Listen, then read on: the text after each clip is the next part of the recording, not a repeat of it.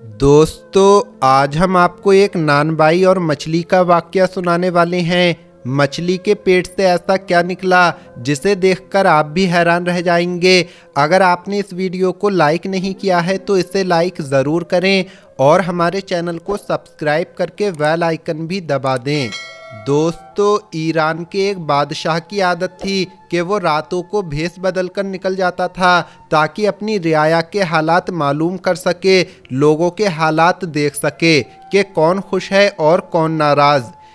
एक रात बादशाह फकीराना लिबास पहनकर महल से निकला और बाजारों में घूमता फिरता एक नानबाई की दुकान के पास से गुजरा।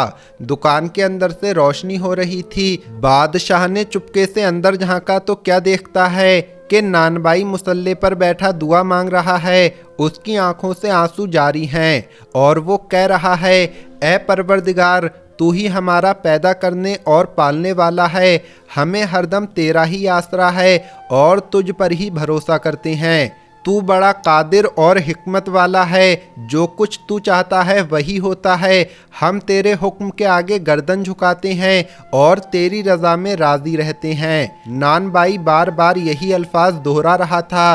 बादशाह उसकी ये हालत देखकर निहायत हैरान हुआ और दिल में कहने लगा कि खुदा की कसम, ऐसा फर्माबरदार और इबादत गुजार बंदा मैंने अपनी रियाया में आज तक नहीं देखा। मगर सवाल ये है कि जो अल्फाज ये नानबाई अपने मुंह से निकाल रहा है, क्या उन पर अमल भी करता है? मुझे चाहिए कि इसका इम्तिहान लूं और देखूं कि वो किस कदर खुदा पर भरोसा करने वाला है।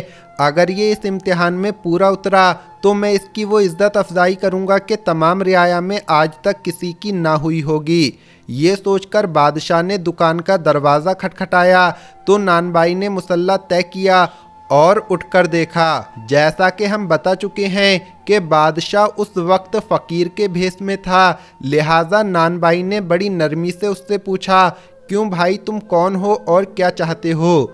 तो बादशाह ने कहा, मियाँ नानबाई, हम फ़कीर हैं, अभी अभी तुम्हारे शहर में दाखिल हुए हैं। हमें खाने को रोटी दे दो, लेकिन रोटी की कीमत अदा करने के लिए हमारे पास पैसे नहीं हैं। हाँ, ये अंगूठी हम तुम्हें देते हैं, इसे बतौर अमानत रख लो। जब हम रोटी की कीमत देने आएंगे तब अपनी अंगूठी तुमसे वापस ले लेंगे। नानबाई ने कुछ कहे बगैर अंगूठी लेकर एक रोटी फ़कीर को दे दी और फ़कीर रोटी लेकर दुआएं देता वहां से चला गया। नानबाई ने फ़कीर के सामने ही वो अंगूठी अपने रेजगारी वाले संदूकचे में बेपरवाही से डाल दी। अगले दिन सुबह होते ही बादशाह ने वज़ीर को हुक्म दिया कि फला मोहल्ले में एक नानबाई की दुकान है, उस दुकान पर जाओ और उसके रेजगारी वाले संदूकचे में से हमारी अंगूठी किसी तरकीब से निकाल लाओ। खबरदार, नानबाई को बिल्कुल शक शुबा ना हो कि अंगूठी कहाँ गई। बादशाह का हुक्म सुनकर वजीर ने 2 सिपाहियों को साथ लिया और बाजार में जा पहुंचा। जहां नानबाई की दुकान थी, उसने दुकानदारों के बाट देखना शुरू कर दिए और कहा कि हमें पता चला है कि बाज़ दुकानदारों के बाट दुरुस्त नहीं हैं और वो ग्राहकों को कुछ चीज़ें कम तोल कर देते हैं। वज़ीर इसी तरह मुआयना करता हुआ नानबाई की दुकान पर आया और उसके बाट देखे, वो सब सही थे। वज़ीर ने कहा, मियाँ नानबाई, तुम्हारा वो तराजू कहाँ है जिससे तुम आटा तोलते हो? तो नानबाई ने जवाब दिया, वो तराजू तो दुकान के पिछले हिस्से में रखा है, मैं अभी हाजिर करता हूँ। ये कहकर जैसे ही नानबाई दुकान के पिछले हिस्से में गया तो वज़ीर ने फुर्ती से नानबाई का रेजगारी वाला संदूकचा खोलकर बादशाह की अंगूठी उसमें से निकाल ली और अपनी जेब में रख ली। इतने में नानबाई वो तराजू लेकर आ गया। वजीर ने यूं ही सरसरी तौर पर तराजू को देखा भाला और ये कहकर अगली दुकान पर चला गया कि तुम्हारे सब बाट और तराजू ठीक ठाक है। फिर वजीर ने बादशाह को अंगूठी ले जाकर दे दी। बादशाह ने अंगूठी अपनी उंगली में पहन ली। फिर एक गुलाम को भेजा कि नानबाई को बुलाकर ले आओ। नानबाई उसी वक्त बादशाह के सामने हाजिर हुआ और ये देखकर हैरान रह गया कि ये तो वही शख्स है जो पिछली रात फ़कीर का भेष बदल कर आया था। बादशाह ने कहा, मियाँ नानबाई, माफ़ करना, पिछली रात हम ही भेष बदल कर तुम्हारे पास आए थे और रोटी के बदले में अपनी अंगूठी गिरवी रखकर चले गए थे। अब मेहरबानी करके अपनी रोटी की कीमत लो और हमारी अंगूठी वापस करो। ये सुनकर नानबाई भागा भागा दुकान में गया और रेजगारी वाला संदूकचा खोलकर देखा तो उसमें से अंगूठी गायब थी। वो उल्टे कदम वापस आया और बादशाह से अर्ज किया कि जहां पनाह, वो अंगूठी आपके सामने ही मैंने अपने संदूकचे में डाल दी थी, लेकिन मालूम होता है कि कोई चोर चुरा कर ले गया है। मैं आपके सामने हाजिर हूँ, जो सज़ा कहेंगे भुगतने के लिए तैयार हूँ। नानबाई की बात सुनकर बादशाह ने गुस्से से कहा, क्या अंगूठी नहीं है? ज़रूर तुम झूठ बोल रहे हो। देखो 10 दिन के अंदर अंगूठी पेश करके अपनी रोटी की कीमत ले जाओ। अगर इस मुद्दत में तुम अंगूठी पेश करने से कासिर रहे तो तुम्हारा सिर कलम कर दिया जाएगा। अब तुम जा सकते हो।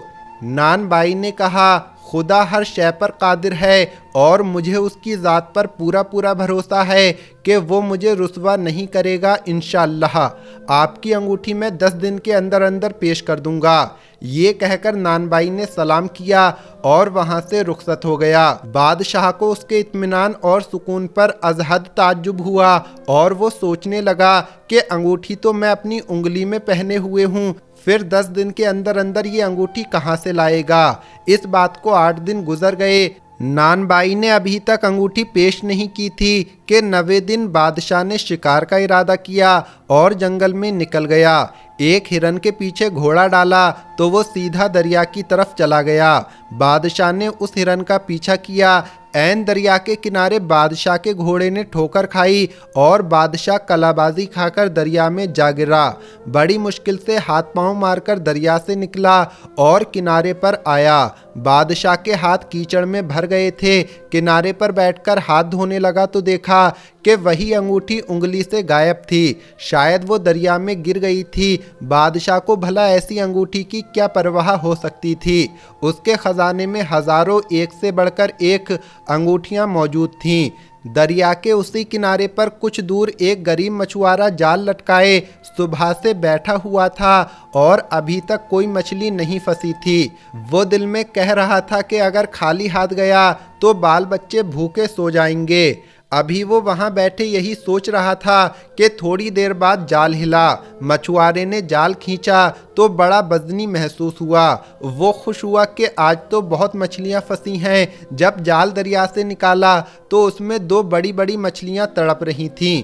मछुआरे की खुशी का कोई ठिकाना ना रहा। उसने सोचा कि इन मछलियों की अच्छी कीमत मिलेगी। जब वो ताज़ा मछली ले लो, ताज़ा मछली ले लो की आवाज़ें लगाता हुआ बाजार में पहुंचा तो नानबाई के कान में मछुआरे की आवाज़ आई। उसने अपनी बीवी से कहा, अरे ओ नेक बख्त, मछली खाए कितने दिन हो गए हैं, ज़रा जाकर इससे मछली तो खरीद लो। तो उसकी बीवी ने झुंझलाकर कहा, 8 दिन गुजर चुके हैं और बादशाह की अंगूठी अभी तक नहीं मिली। 2 दिन बाद जल्लाद तुम्हारा सिर कलम कर देगा और तुम्हें मछली खाने की सूझ रही है। बीवी की बात सुनकर नानबाई ने कहा, अल्लाह पर भरोसा रख नेक बख्त, अगर मेरी ज़िंदगी बाकी है तो अंगूठी ज़रूर मिलेगी और दुनिया की कोई ताकत मेरा सिर कलम नहीं कर सकती।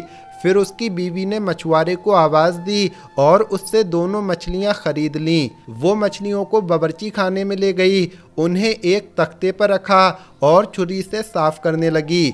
जैसे ही उसने पहली मछली साफ करके दूसरी का पेट चीरा तो उसमें से एक चमकदार चीज़ बाहर निकल पड़ी। बीवी ने उठाकर देखा तो ये सोने की एक खूबसूरत अंगूठी थी जिसके बीच में हीरा जगमग कर रहा था। अंगूठी देखकर वो चिल्लाई, ज़रा जल्दी से यहाँ आना, देखो मछली के पेट में ये क्या चीज़ निकली है। नानबाई ने बीवी के चिल्लाने की आवाज़ सुनी तो दौड़ा दौड़ा वहाँ आया। बीवी ने उसे अंगूठी दिखाई तो नानबाई ने उसे पानी से धोकर साफ किया और पहली नज़र ही में वो पहचान गया कि ये अंगूठी बादशाह की वही अंगूठी है जो रेजगारी के संदूकचे में से गुम हो गई थी। वो फौरन सजदे में गिर पड़ा और देर तक रो रो कर खुदा का शुक्र अदा करता रहा। फिर नानबाई उसी वक्त शाही महल की तरफ रवाना हुआ और बादशाह को अपनी आमद की इत्तला कराई। बादशाह ने उसे आने की इजाज़त दे दी। नानबाई बादशाह के सामने गया और सलाम करने के बाद हाथ बांधकर अदब से खड़ा हो गया। उसे देखकर बादशाह ने कहा, जो मोहलत हमने तुम्हें दी थी उसे ख़त्म होने में अभी 2 दिन बाकी हैं। मालूम होता है हमारी अंगूठी तुम तलाश नहीं कर सके और मज़ीद मोहलत लेने के लिए आए हो, लेकिन हम अब 1 दिन की भी मोहलत देने को तैयार नहीं हैं। नानबाई ने बादशाह की बात का कोई जवाब ना दिया और आगे बढ़कर वही अंगूठी बादशाह के सामने पेश कर दी।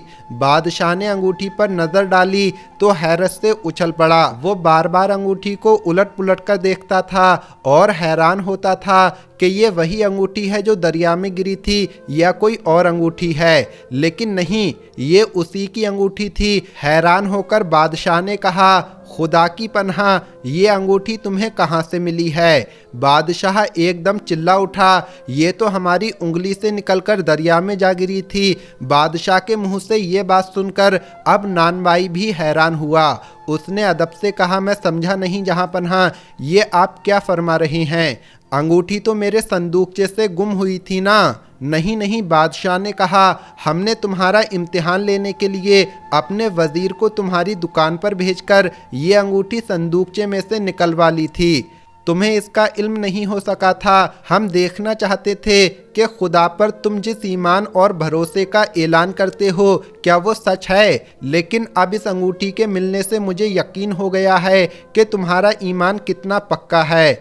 इसके बाद बादशाह ने नानबाई को सारा किस्सा सुनाया कि किस तरह वो शिकार खेलने गया और दरिया के किनारे उसके घोड़े ने ठोकर खाई और वो दरिया में जा गिरा और इसी दौरान अंगूठी उसकी उंगली से निकलकर दरिया में गिर गई, जिसका मिलना महाल ही नहीं नामुमकिन था। लेकिन बेशक खुदा हर शय पर कादिर है। तब नानबाई ने बादशाह को बताया कि अभी थोड़ी देर पहले एक मछुआरा मछलियां बेचता हुआ आया था। मैंने उससे 2 मछलियां खरीदी और एक मछली के पेट में से ये अंगूठी निकल कर आई। नानबाई की सारी बात सुनकर बादशाह ने नानबाई को अपने बराबर तख्त पर बिठाया और उसे इनाम इकराम से नवाजा। कुछ मुद्दत बाद जब बादशाह को पता चला कि ये नानबाई कुरान और हदीस का बहुत बड़ा आलिम भी है, तो बादशाह ने उसे मुल्क का सबसे बड़ा काजी भी बना दिया।